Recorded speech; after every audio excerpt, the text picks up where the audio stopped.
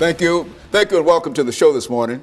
The topic this morning is the African American at the 21st century and the challenges that are faced. And we have with us to talk about the African American at the 21st century and some of the challenges of the African American at the 21st century, Dr. EKSanford from Tennessee State University. And of course, Dr. Sanford, let me welcome you to the show this morning and tell you how delighted we are to have you here with us. And I think that our audience will be reminded that quite recently we talked about some of the challenges faced by African Americans. And what I would like to do today is to simply deal with what you consider to be some of the major challenges that face African Americans. And in saying African Americans, we're also saying that in reality faces Americans, because what affects African Americans one way or the other impacts upon all other groups in the United States. And I don't think that any group can say that there's only some things that affects only us. And so it's within that framework. Let's do that, but first let's talk about your background, your education, for some individuals who might not know about that, and some of your experiences. And by that time, we should be able to get into the latter part of this first segment and get ready for the second segment. Let's do it from that particular. And thank you very much. It's always delightful for me to be here. I'm Dr. EKSanford, and as mentioned, I'm a professor of sociology at Tennessee State University. Probably start in reverse and say I did a postdoc educational experience at the Penn State University in State College, Pennsylvania, where I was looking at the gerontology and the elderly and health and wellness issues related to such.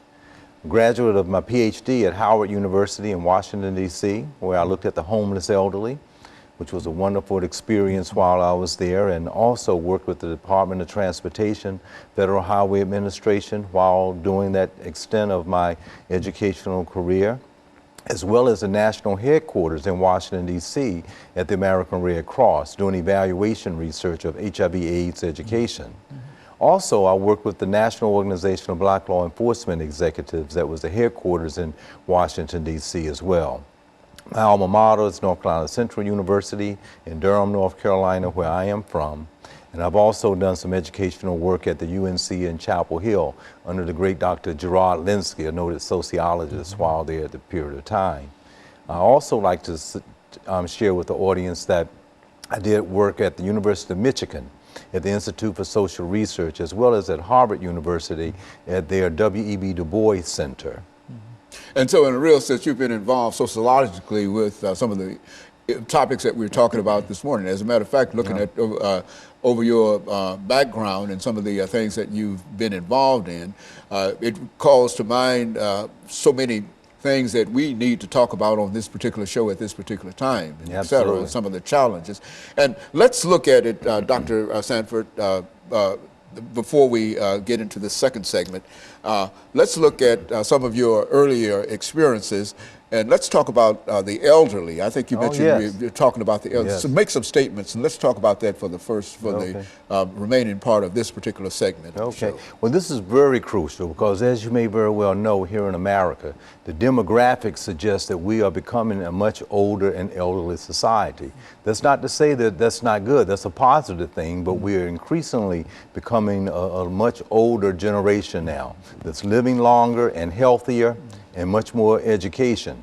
And so this is a demographic that we have to be familiar with.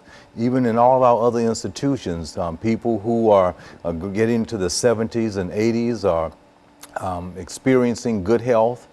They still have the interests that they had when they were in their younger years, even in their 50s and 60s, and have an interest in that. So when you think in terms of healthcare providers, they got to think about this new growing population that is, of course, increasing their education, increasing income, as well as with interest. So let's just say if they're living at a healthcare facility, they might have a very interest in still going to the symphony, still going to parks, still going to museums. So that old time of just having bingo games and card games at a facility is past. They have to think about the new generation of the elderly.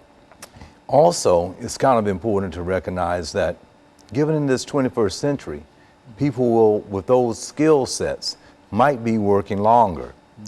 If they may retire from one job and may start up in another job because they are still very competent, still have a lot of energy, still very youthful, although with an age category that might suggest differently.